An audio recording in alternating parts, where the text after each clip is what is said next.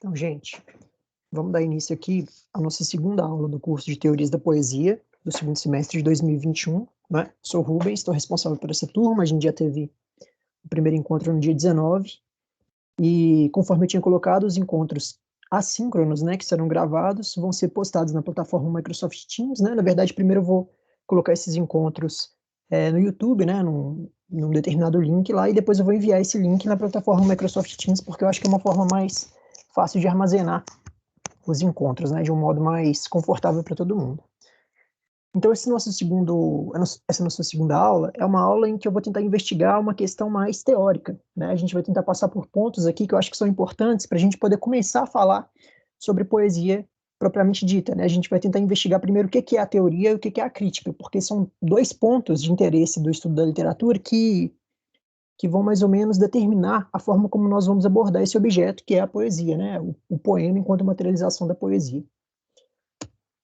Então, para a gente poder ter algumas ideias iniciais, a primeira coisa que eu acho que é importante é a gente poder voltar a esse quadro aqui, em que eu tinha estabelecido as perguntas, né, as questões que norteariam a nossa investigação. Primeiro o que é a crítica, depois o que é a teoria, depois o que é a poesia, o que é o poeta, né, e assim por diante, porque, seguindo esse sequenciamento lógico, a gente vai partir, vamos dizer, de uma questão mais ampla para uma questão mais específica, né, do geral para o específico. Vamos caminhar nesse sentido. Então, a gente vai dar entrada definitiva nas noções do curso agora, né? Começando pela investigação do que é crítica. Esse ordenamento aqui ele pode parecer um pouco talvez, estranho, né? Eu colocar a crítica antes da teoria, mas eu vou explicar por que eu fiz isso, né? A teoria, ela é esse elemento que, de fato, faz parte do nome do nosso curso, né? A gente está falando de teorias da poesia, mas a crítica literária, na verdade, é aquilo que vai determinar toda a nossa investigação em relação ao objeto literário, né? Quando a gente encara um objeto literário, quando a gente produz um discurso a partir dele, quando a gente produz um texto, quando a gente comenta, quando a gente discute, a gente, na verdade, está fazendo um exercício de crítica e não de teoria, né? A teoria é o campo que de alguma forma, inclusive, engloba a crítica, mas a crítica é a prática que a gente tem no dia a dia mesmo, no estudo da literatura, né? E aí, por que também uma outra razão pela qual eu coloco a crítica antes da teoria é a seguinte: existe um crítico que se chama Antoine Compagnon, que eu acho que inclusive já mencionei na primeira aula, que vai dar uma definição que eu acho que é interessante de teoria, que seria a crítica da crítica, né? Ou uma espécie de metacrítica. A teoria é aquele campo do conhecimento que vai abordar a crítica de uma forma inquisitiva, né? De uma forma questionadora, e vai mais ou menos direcionar o nosso caminho de pesquisador ali dentro da crítica literária, né? Então, antes de eu definir teoria, obviamente eu teria que definir crítica para que possa fazer sentido essa formulação de que a teoria seria a crítica da crítica, né? Sem saber o que é crítica, por essa lógica, a gente não conseguiria definir a teoria. Então, vamos seguir aqui, né? Pensando que a crítica, o texto que eu determinei lá no programa, que vocês puderam ver, foi um texto que não é interrogativo, né? São dois textos, o primeiro é o que é a crítica, o segundo é o que é a teoria, mas o primeiro aparece como uma resposta, ou como uma afirmação, né? O que é a crítica, quer dizer, ele se propõe a definir esse campo, e o segundo se propõe a responder a uma pergunta, porque ele é o que é a teoria de um modo interrogativo, né? Tem um ponto de interrogação no final do nome do texto. Mas aí eu preferi colocar a pergunta aqui também, porque eu acho que responder essa questão é mais produtivo do que fazer uma afirmação em relação ao que isso é, compreende? Antes de eu partir da afirmação, eu vou partir da pergunta mesmo, né? Se a gente se interroga sobre o que é um determinado objeto, a gente produz uma resposta mais produtiva, talvez, do que a mera afirmação jogada ao nada, né? E aí a crítica, como eu já tinha comentado no primeiro encontro, diferente do que a gente pensa muitas vezes, ela vai além do juízo que se faz sobre uma determinada obra, sobre um determinado objeto artístico, sobre um determinado autor, né? A crítica ela vai além daquele juízo de gosto que eu tinha comentado, né? Você dizer assim, eu gosto desse autor, ou esse poema me agrada. Isso é crítica também, mas a crítica não é apenas isso, né? A gente associa muito a ideia de crítica literária à ideia que a gente tem de crítica no cotidiano. Ah, eu sou muito crítico, eu critico muito as coisas, eu atribuo aspectos negativos às coisas que me aparecem. Não é só isso.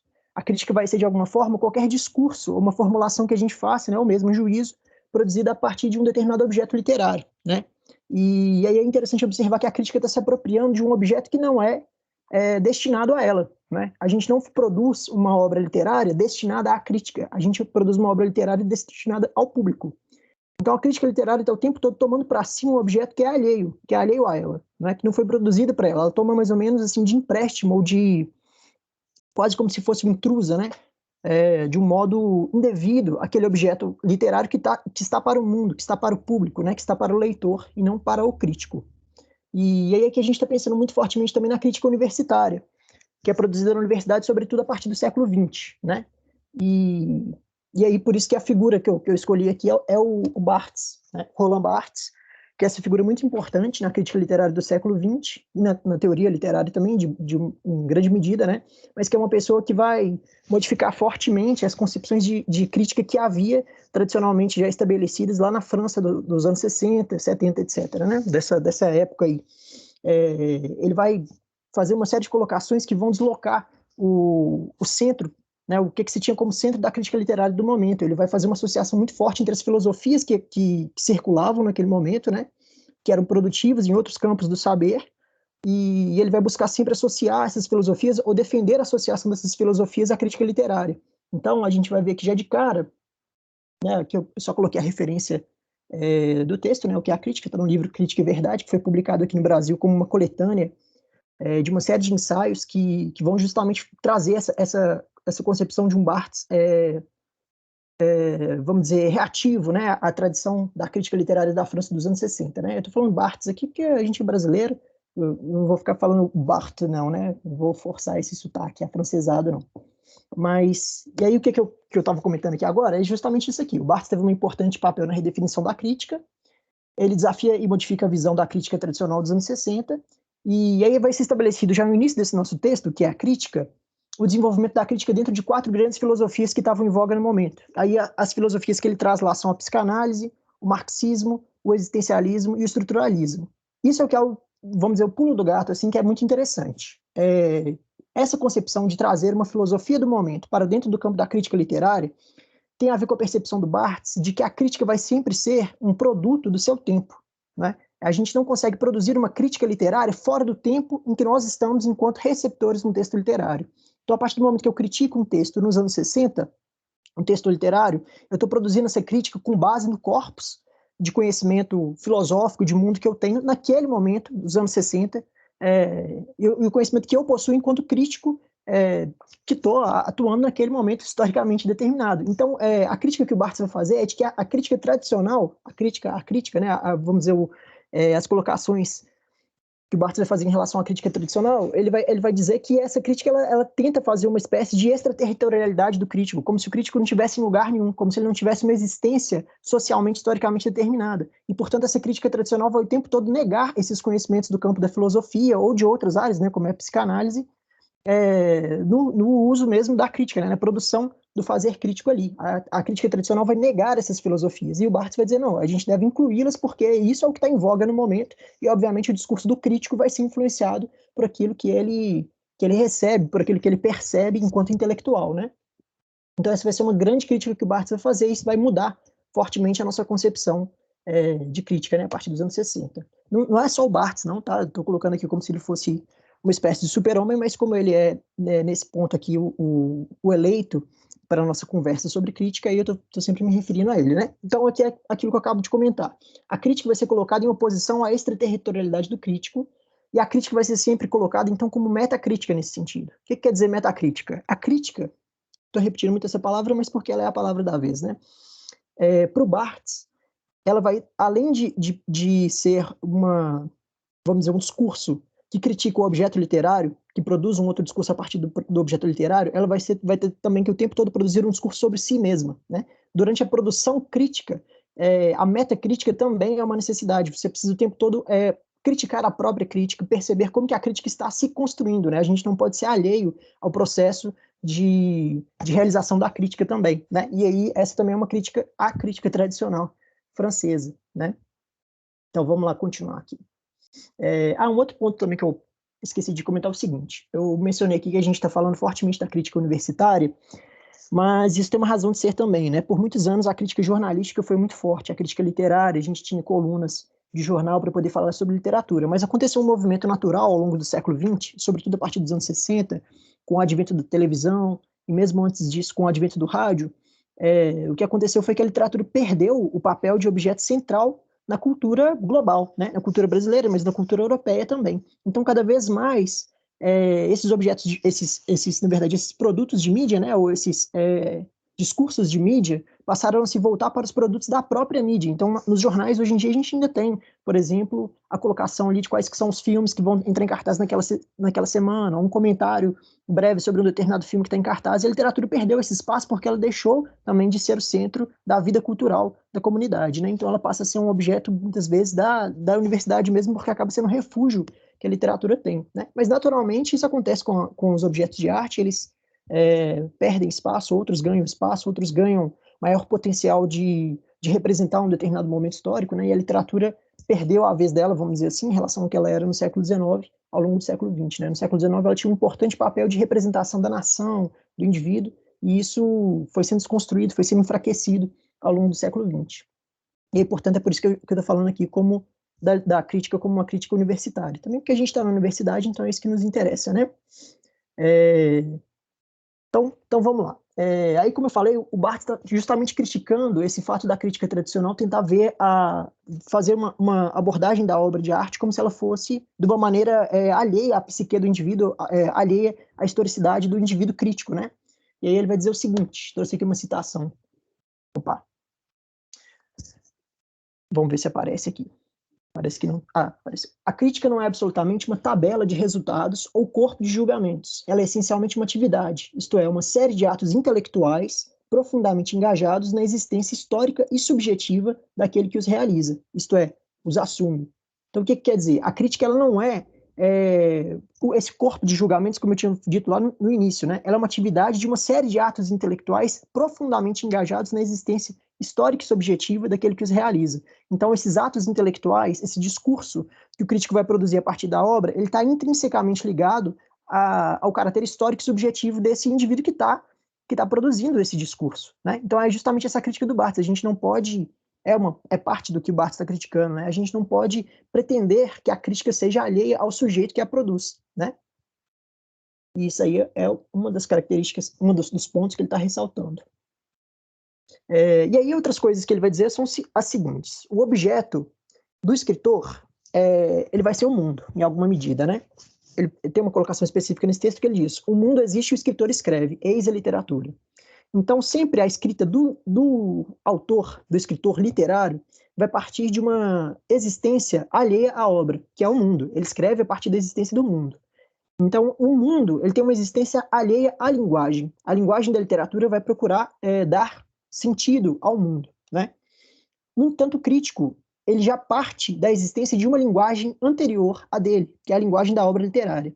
Então, no fazer crítico, o crítico literário está produzindo, no seu discurso, uma linguagem segunda a partir da linguagem primeira, que é a linguagem do autor do texto, né? É um discurso sobre um discurso, a crítica literária. É uma linguagem segunda ou uma metalinguagem que se exerce sobre uma linguagem primeira, né?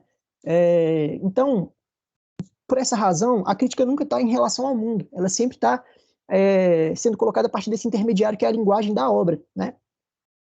Sendo, portanto, uma linguagem, uma vez que ela não está colocada perante ao mundo, né? A crítica é uma linguagem sobre uma linguagem. Se ela é apenas uma metalinguagem, aí a colocação do Barthes que vai aparecer agora, exatamente. Se a crítica é apenas uma metalinguagem, isso quer dizer que sua tarefa não é absolutamente descobrir verdades, mas somente validades. Em si, uma linguagem não é verdadeira ou falsa, ela é válida ou não válida, isto é, constituindo um sistema coerente de signos. Sendo a crítica uma linguagem a partir de uma outra linguagem, que é a linguagem produzida pelo autor literário, ela não pode ter uma verdade. Uma linguagem, ela não tem em si a distinção de verdadeira ou falsa, né? No uso da linguagem, eu não posso dizer essa linguagem é falsa, essa linguagem é verdadeira, mas somente se essa linguagem é válida, né? Para o que nos interessa aqui, falando de validade da linguagem, a gente tem sempre em mente que a obra de arte se abre à interpretação. A gente vai, inclusive, falar disso aqui um pouco mais à frente ainda. Essa interpretação, que o que a gente está fazendo é uma produção de um discurso crítico, né? Quando a gente interpreta, a gente está produzindo crítica a partir de um determinado objeto de arte. Essa interpretação, ela não tem verdade ou inverdade, ela tem validade ou não.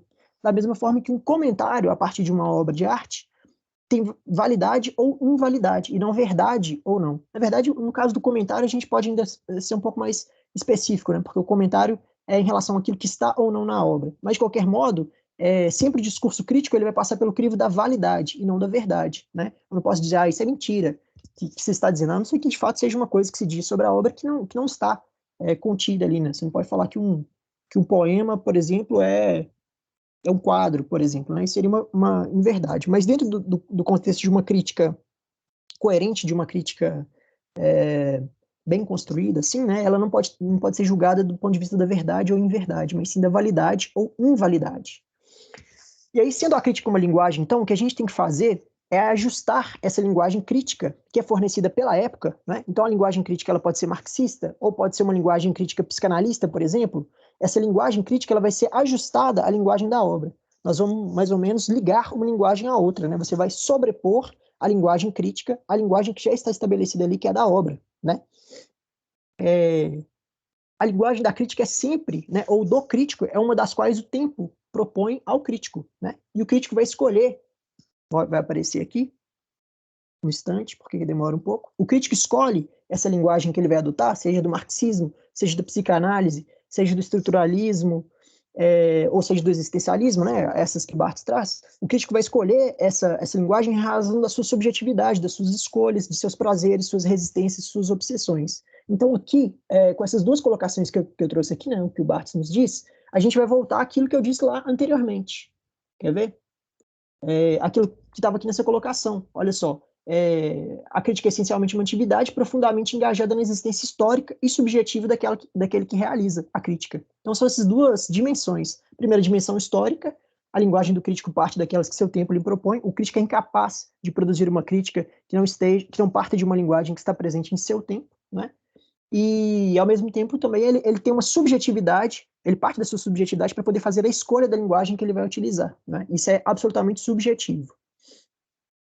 E aí, com essa ideia, tem uma ideia muito importante do Barthes também, que eu acho que é legal de ser colocado, eu vou passar ela aqui, que é essa dicotomia, né, essa dualidade descobrir ou cobrir.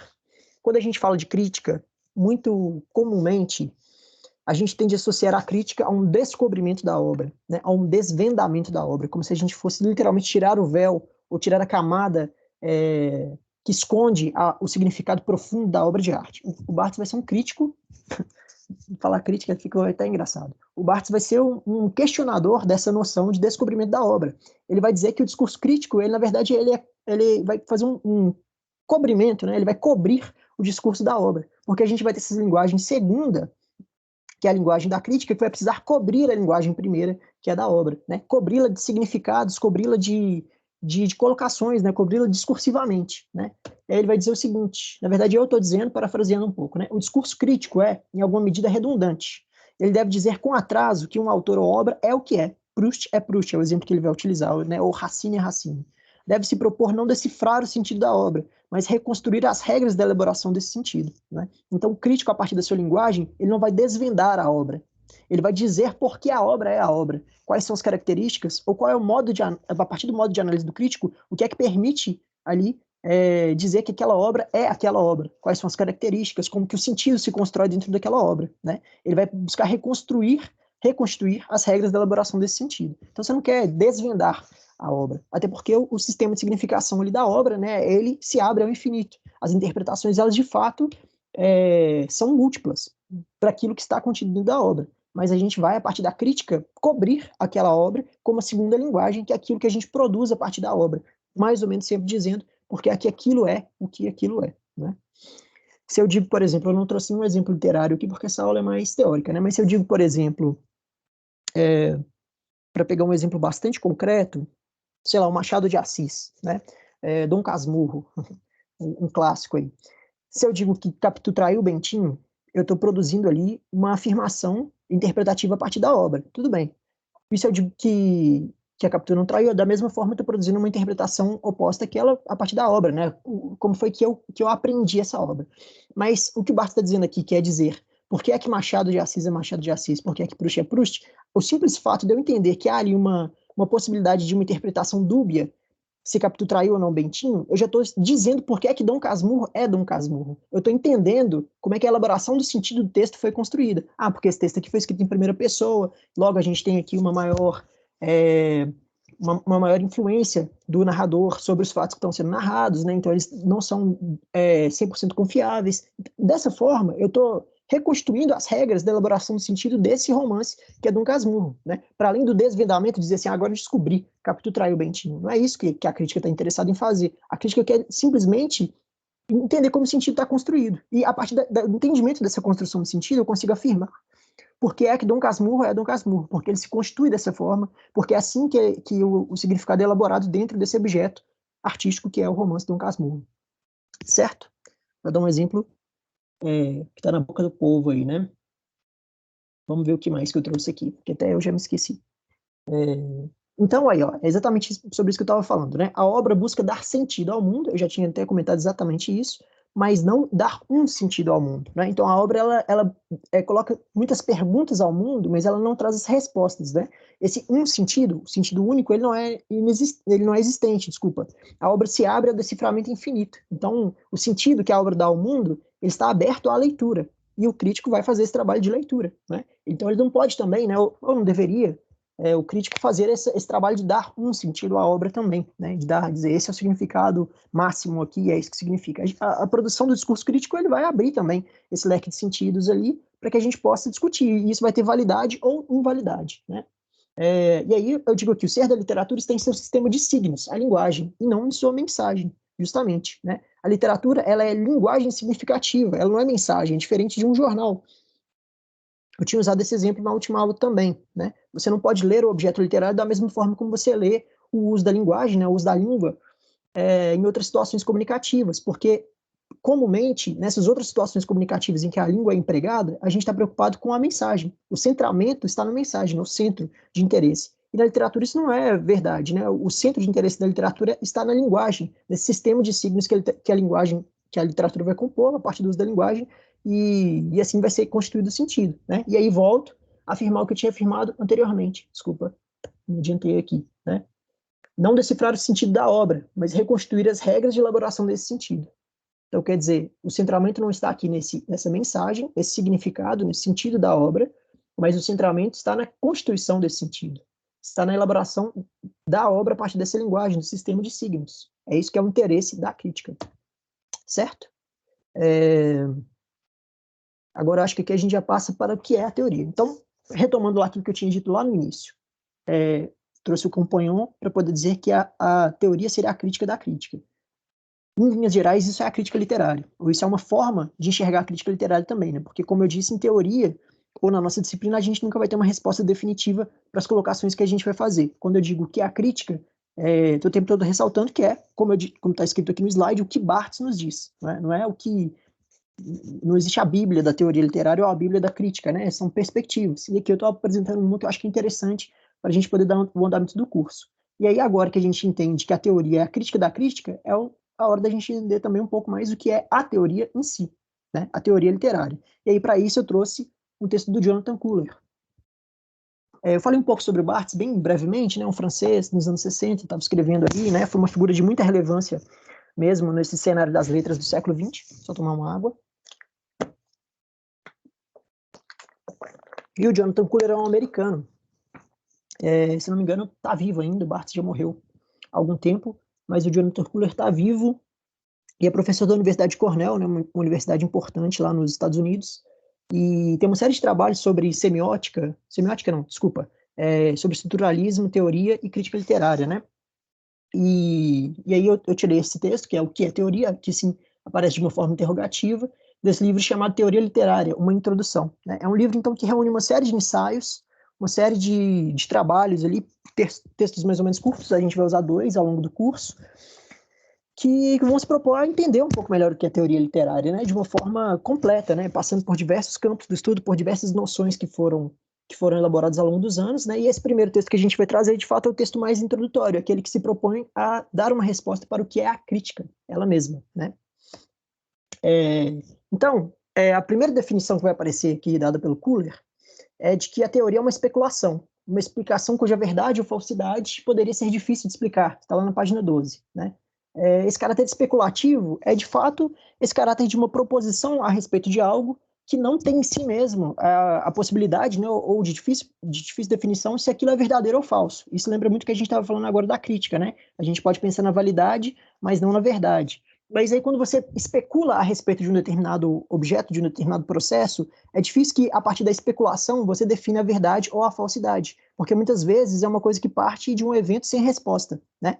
E aí, nesse sentido, a teoria seria ainda mais do que uma hipótese. Ela envolveria complexidade na relação entre elementos sistemáticos, de difícil confirmação ou refutação, né? Aí o Kuller vai dar um exemplo muito específico lá ao longo do texto, lá dentro do texto, que é uma coisa sobre um casamento, me parece, eu não guardei especificamente o exemplo, mas é como se fosse assim, acontece uma coisa, uma pessoa se separa da outra, e você fala assim, pode ser porque teve uma briga, né? Ou porque, às vezes esse casal não tinha mais amor, né? E aí houve separação. Você está especulando a respeito daquilo, e da forma como, no contexto ali dessa especulação, você não tem como voltar à verdade desse casal que se separou, você não consegue afirmar a verdade ou falsidade daquilo que você está propondo, daquilo que você está especulando. Mas aquilo pode ter uma maior ou menor validade. Você está especulando ali de um modo, aqui, claro, estou fazendo uma simplificação, mas no campo da teoria de um modo mais complexo, né? E você vai, a partir dos elementos que você tem, tentar compor o que seria uma teoria para aquele evento que você está observando, né? Então, para além de uma explicação, a teoria ela é uma reflexão, né? Você não consegue explicar, esse exemplo que eu dei, por exemplo, você não consegue explicar concretamente, se você não tiver, claro, as pessoas que estão envolvidas no evento, mas você consegue refletir e elaborar ali uma hipótese a respeito daquilo que você está observando, né? Mas mais do que uma hipótese, como coloca o Kuller, ela envolve essa complexidade na relação entre elementos sistemáticos. E aí a pergunta que eu coloco aqui, né, que o Kuller vai responder, é de que se a teoria da literatura seria um método ou seria um conjunto de textos, né? Porque muitas vezes a gente tende a observar a teoria como se ela fosse um método analítico ou um método de abordagem de determinado objeto, e o Kuller vai dizer, o que eu acho que é absolutamente verdadeiro, que a teoria não é um método. Você não vai ler um determinado objeto artístico a partir do método da teoria literária. Na verdade, a teoria em si, ela é um conjunto de textos, né, que existem dentro do seu corpo ali, né, do seu corpo enquanto campo do conhecimento, né? A teoria, para além de um conjunto de métodos, é um conjunto de textos, com visões ou argumentos produtivos para um determinado campo de estudo, como é a literatura. Então, você tem um conjunto de textos que dizem coisas sobre a literatura, que vão dizer coisas sobre os elementos da literatura, e eles são produtivos para a gente poder pensar a literatura, mas eles não são métodos para que a gente possa ler a literatura, né? De algum modo, a gente pode até pensar em metodologia de leitura, a gente vai passar por isso quando a gente for falar, por exemplo, dos elementos que compõem o poema, né? Dos elementos constitutivos do poema, a gente tem elementos que são metodológicos, assim, vamos dizer, né? Você tem que saber um pouco o que é o verso, o que é a estrofe, o que é o ritmo, o que é a rima, para você poder entender melhor o poema. Isso, de alguma forma, é metodológico, mas isso não é teórico, né? A teoria, na verdade, é justamente aquele tipo de texto, a teoria enquanto conjunto de textos, ela vai trazer sempre uma provocação, um deslocamento daquele sentido que a gente acha que a gente já alcançou, né? Então, a teoria seria, por exemplo, o campo que não vai ensinar o que é verso, mas vai justamente questionar o que é o verso, né? Ela vai produzir argumentos para dizer o que é verso e o que não é, por exemplo, ou uma forma de entender o que é verso, né? Se questionando, e isso vai ser produtivo para esse campo do estudo que é a literatura, né?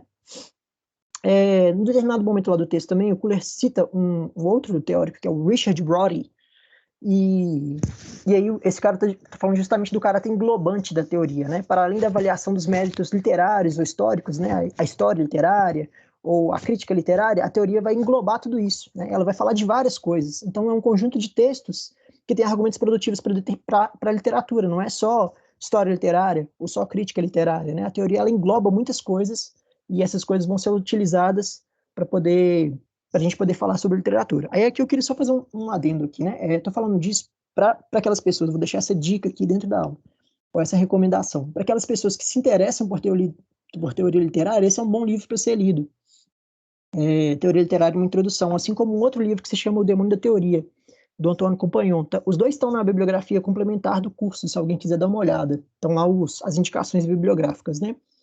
E aí, nesses livros, existe uma série de colocações sobre uma série de elementos da literatura, né? Dos quais, inclusive, a gente vai abordar aqui ainda dentro dessa aula, mas eles vão procurar investigar historicamente os significados que passaram por dentro da teoria literária, aquelas categorias que foram questionadas, quais foram as teorias que foram elaboradas a partir de cada um dos elementos que compõem a literatura, né? Então, eu acho que é interessante, porque são livros que dão um panorama geral sobre a literatura e podem ajudar para aqueles que querem se aprofundar um pouco mais.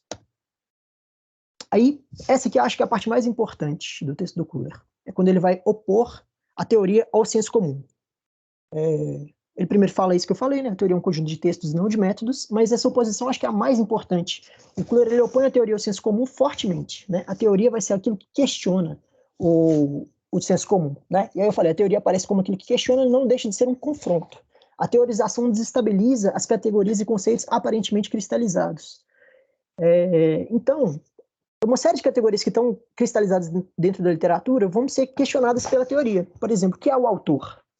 Ou qual é a relação entre o autor e a obra, né? Isso aparentemente está cristalizado, a gente tende a falar muito de intenção do autor, isso é o que o autor quis dizer. A teoria vai ser justamente aquele campo do conhecimento que vai dizer, não, talvez não seja assim, talvez o autor não queira dizer nada, ou talvez não seja essa a forma mais produtiva de ler, né? Perguntar o que o autor quer dizer. Isso aconteceu ao longo dos séculos, e isso é parte da teoria. São as formas diferentes de encarar o objeto literário, e aí a gente produz textos para poder elaborar essas formas diferentes de abordar o objeto literário, e a gente está produzindo teoria, né? Então essas categorias, autor, qual a relação entre a literatura e a realidade, a literatura é representação do real, a literatura não é representação do real, são os questionamentos que a teoria vai colocar.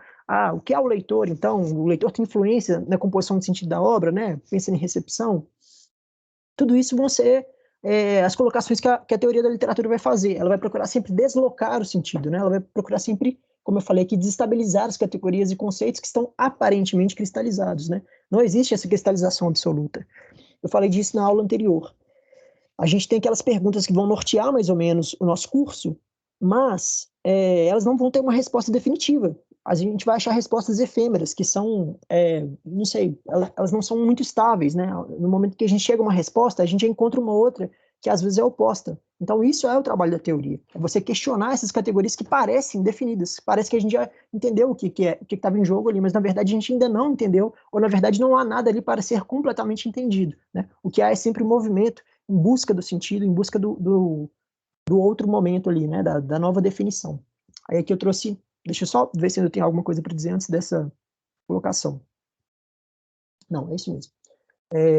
Aqui eu trouxe uma citação mais ou menos longa, né? Na verdade bastante longa, do texto do Kuhler, que está lá na página 14. Vamos esperar aparecer.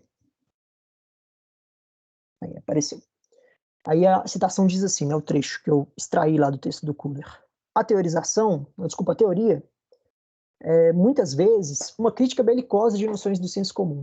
Mais ainda, uma tentativa de mostrar que o que aceitamos sem discussão como senso comum é de fato uma construção histórica, uma teoria específica que passou a nos parecer tão natural que nem ao menos a vemos como uma teoria. Isso é muito importante. Não quer dizer, aquilo que a gente acha que é a verdade definitiva do objeto, na verdade, é só uma das teorias que foi cristalizada. Quer dizer, que passou a parecer tão natural que nem a vemos mais como uma teoria. Né? Então, quer dizer, tudo que existe, para dizer assim, tudo aquilo que a gente afirma, na verdade, é uma teoria que passou a ser naturalizada. Então, a gente só esquece o estatuto de teoria daquilo que a gente está afirmando, mas continua sendo uma teoria. Né? E a teoria vai, de fato, então, tentar desestabilizar isso. Dizer, não, isso não é uma verdade absoluta, isso é uma verdade historicamente colocada, isso é questionável, existem outras formas de observar esse mesmo fenômeno, esse mesmo objeto. Né? Como crítica do senso comum e investigação de concepções alternativas, a teoria envolve um questionamento das premissas ou pressupostos mais básicos do estudo literário, a perturbação de qualquer coisa que pudesse ter sido aceita sem discussão. Então, aquelas coisas das quais a gente falava, né? Ela vai causar esse distúrbio aí, a perturbação do que pudesse ter sido aceito sem discussão. O que é sentido, o que é um autor, o que é ler, o que é o eu do sujeito que escreve, lê ou age, como os textos se relacionam com as circunstâncias em que são produzidos, etc. Então, como o texto se relaciona com a leitura, aquela pergunta da recepção, o leitor produz sentido a partir do texto que ele tá lendo ali, né? O autor, ele produz um sentido mais ou menos intencional dentro da obra, são perguntas que a teoria vai fazer, e isso quebra essa cristalização que a gente tem dentro do campo da literatura. E aí o Kuhler não vai dizer só o que é a teoria literária, mas o que é uma teoria, né? Ele vai usar dois exemplos que eu achei que não eram tão produtivos aqui para essa aula, mas para as pessoas que forem ler o texto vão se deparar com eles lá. O primeiro exemplo é o do Foucault, na teoria da sexualidade, né? A forma como Foucault encara a sexualidade. Eu, particularmente, não tenho tanta propriedade para falar disso, né? Conheço muito por alto, assim, por outros textos, sempre através de comentadores, né?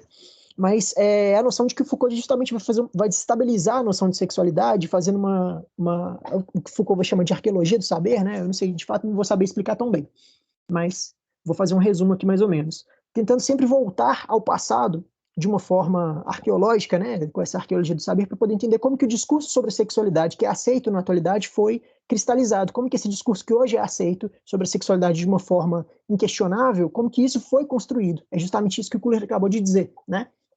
Isso que a gente aceita como senso comum sem discussão, na verdade é uma teoria que foi cristalizada. Esse é o trabalho que Foucault vai fazer com a sexualidade. Então aí o Jonathan Kuhler demonstra ali, ou mostra, que essa seria uma forma de construir uma teoria, né, do Foucault. E da mesma forma ele vai fazer isso com o Derrida também.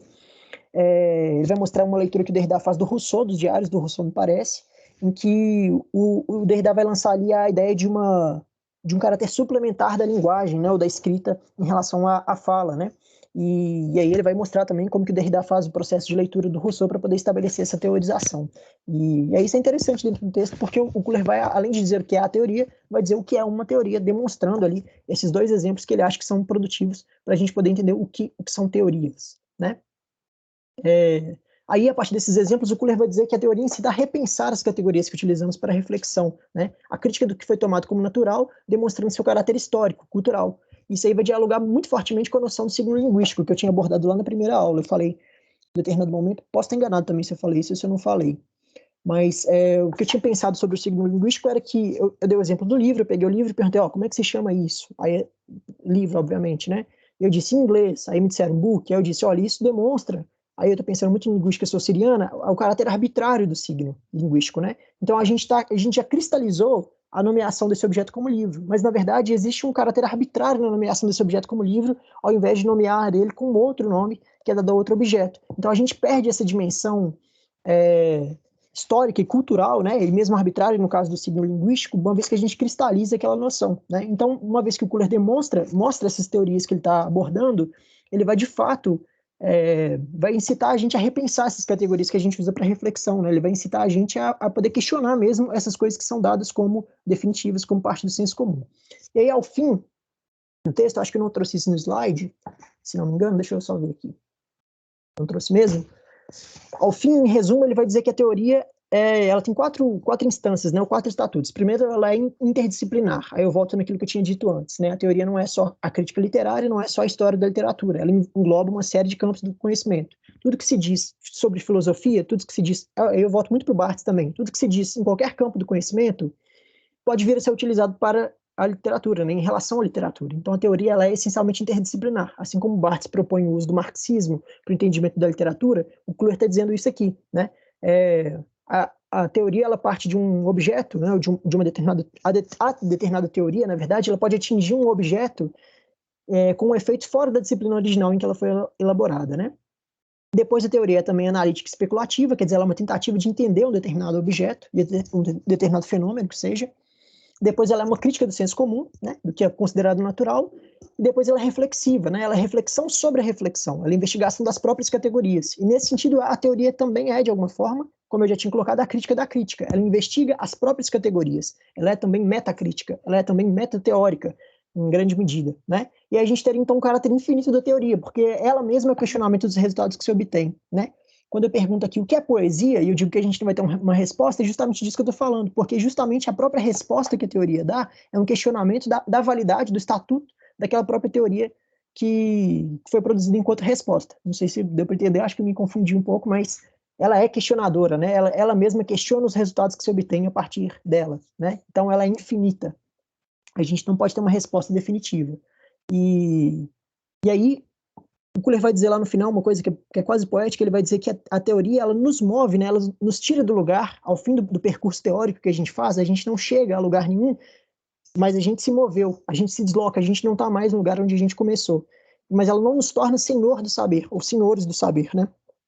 Ela simplesmente nos movimenta, nos coloca em movimento em direção àquilo que a gente está procurando, né? Aí eu usei mais uma vez lá na aula uma metáfora ou a ideia que está no companhão, né? O prazer não está na presa, está na caça, né? Durante a caçada. A gente não vai buscar alcançar a presa, mas a gente vai sempre trabalhar dentro da caça, desse processo de busca ali, de um sentido que não vai ser concretamente alcançado, ok? Então, gente, essa aí foi a aula 2, em que a gente está falando sobre crítica e teoria. A gente ainda não começou a entrar especificamente em poesia, né? Mas essa é a única aula que vai ter um conteúdo assim mais teórico mesmo, né? Mais careta, vamos dizer. Depois eu vou sempre trazer os poemas, né, nas aulas também, para a gente poder confrontar assim, a concepção de poesia que está sendo desenvolvida em cada texto com um determinado texto mesmo poético, para a gente ver como que aquilo se valida, como que aquilo pode ser entendido, né? A exemplo mesmo do que a gente fez lá na aula 1, com aquelas definições que estavam no poema do Leminski. Ok, gente? Então, ficamos assim. Essa aula vai ser postada no Teams, como eu já falei. E às terças e quintas, na terça que vem, depois na quinta que vem, eu vou lançar as aulas seguintes, em que a gente já começa a falar especificamente de poesia. Então, um abraço, até mais.